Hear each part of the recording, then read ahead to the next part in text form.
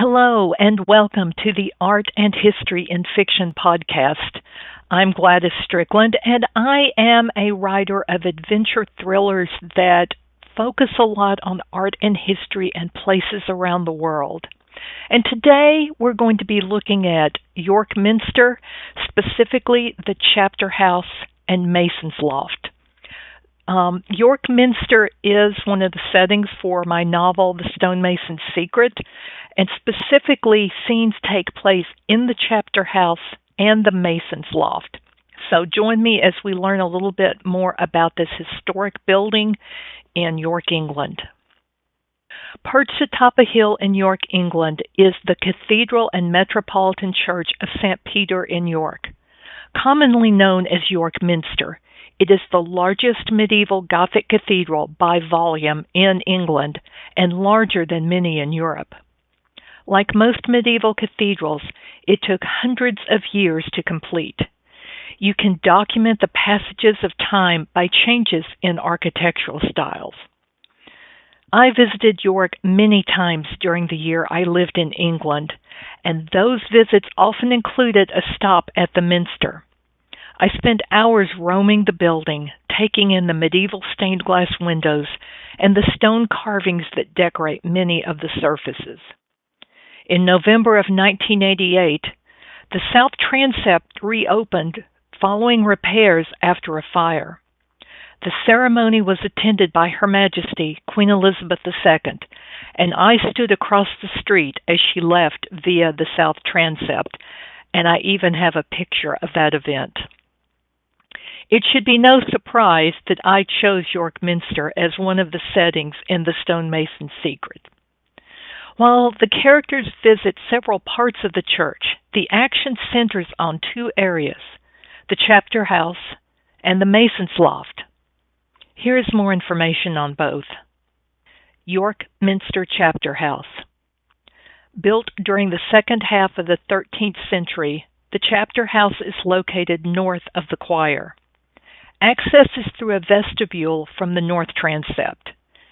If you go to the website, yorkminster.org, and click on the Discover tab at the top, you can then click on an interactive map to see where it is located. Chapter houses served as a meeting room where the church or monastery conducted business. Often attached to the church buildings, chapter houses came in a variety of shapes. York's chapter house is octagonal, as are the ones at Westminster Abbey, Salisbury, and Wells. The chapter house at Canterbury Cathedral is rectangular. An octagon-shaped building usually needs a central pier to support the ceiling and keep it from falling, but York's chapter house doesn't have one. Instead, the ceiling stays up because of two design elements. The star-shaped ribbed vaulting was quite an engineering feat for the time. The interior supports of the roof were constructed of timber, making them much lighter in weight than the usual stone. Decoration in York Minster Chapter House. There is a lot to look at in the chapter house.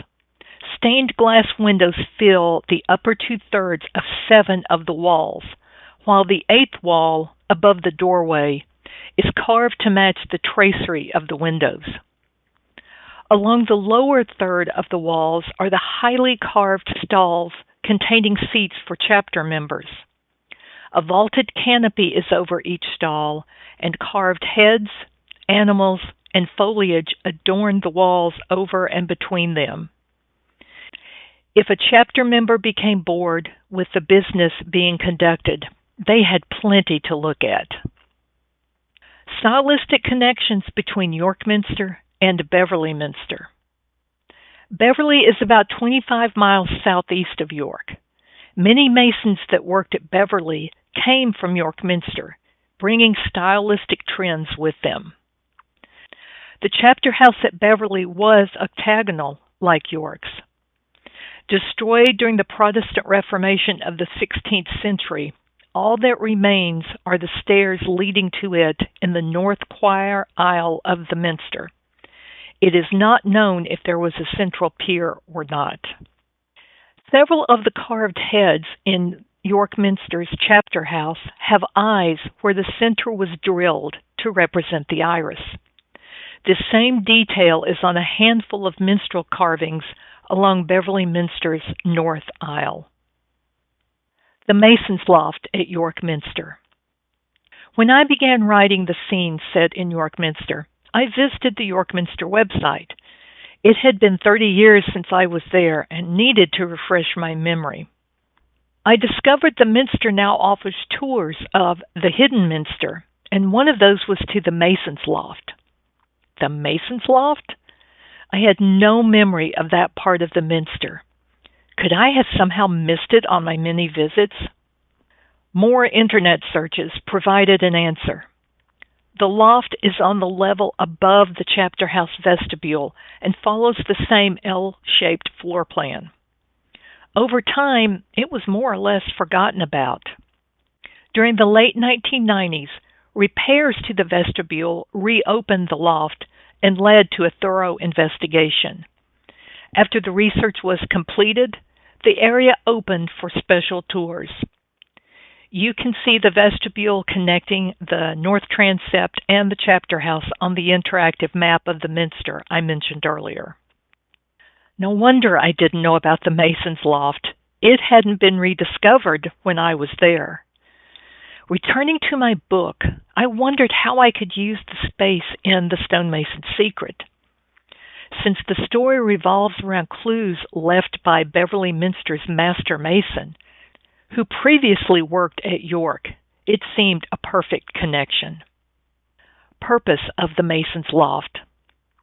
The lack of records regarding the loft has led to debate. It is uncertain whether the loft was part of the plan when the vestibule was built, or if it was a later addition. There is also debate over the original purpose of the space. We do know that the loft was completed in the 1290s and used as a tracing room from the beginning. The loft was where the master mason created designs for templates.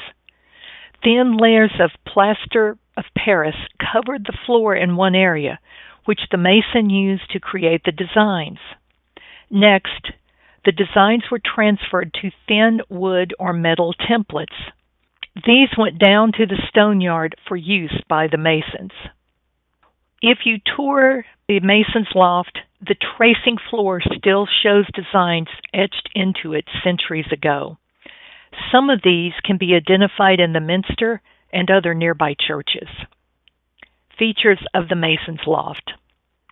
Access to the Mason's Loft is up a circular stairway built into the west wall of the chapter house. After a climb of 87 steps, you enter the loft where there are Victorian examples of templates hanging on racks. The exit to the chapter house roof is on the left.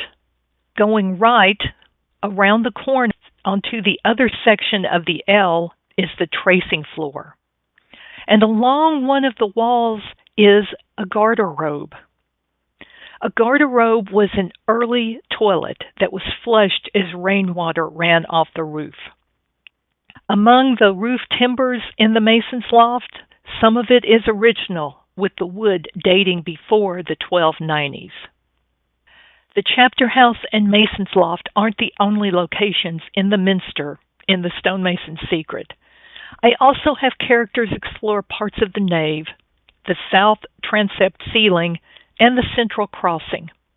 There is even a chase scene where the good guys are chased out of the chapter house through the nave, escaping through the gift shop. There are many other things to see when visiting York Minster. Allow plenty of time to take in all the sights and plan to go on some of the special tours for a behind-the-scenes look. If you want to learn more about York Minster, Beverly Minster, or the Stonemason's Secret, and explore other aspects of art and history in the book, check the show notes and they will have links to all of that. Until next time.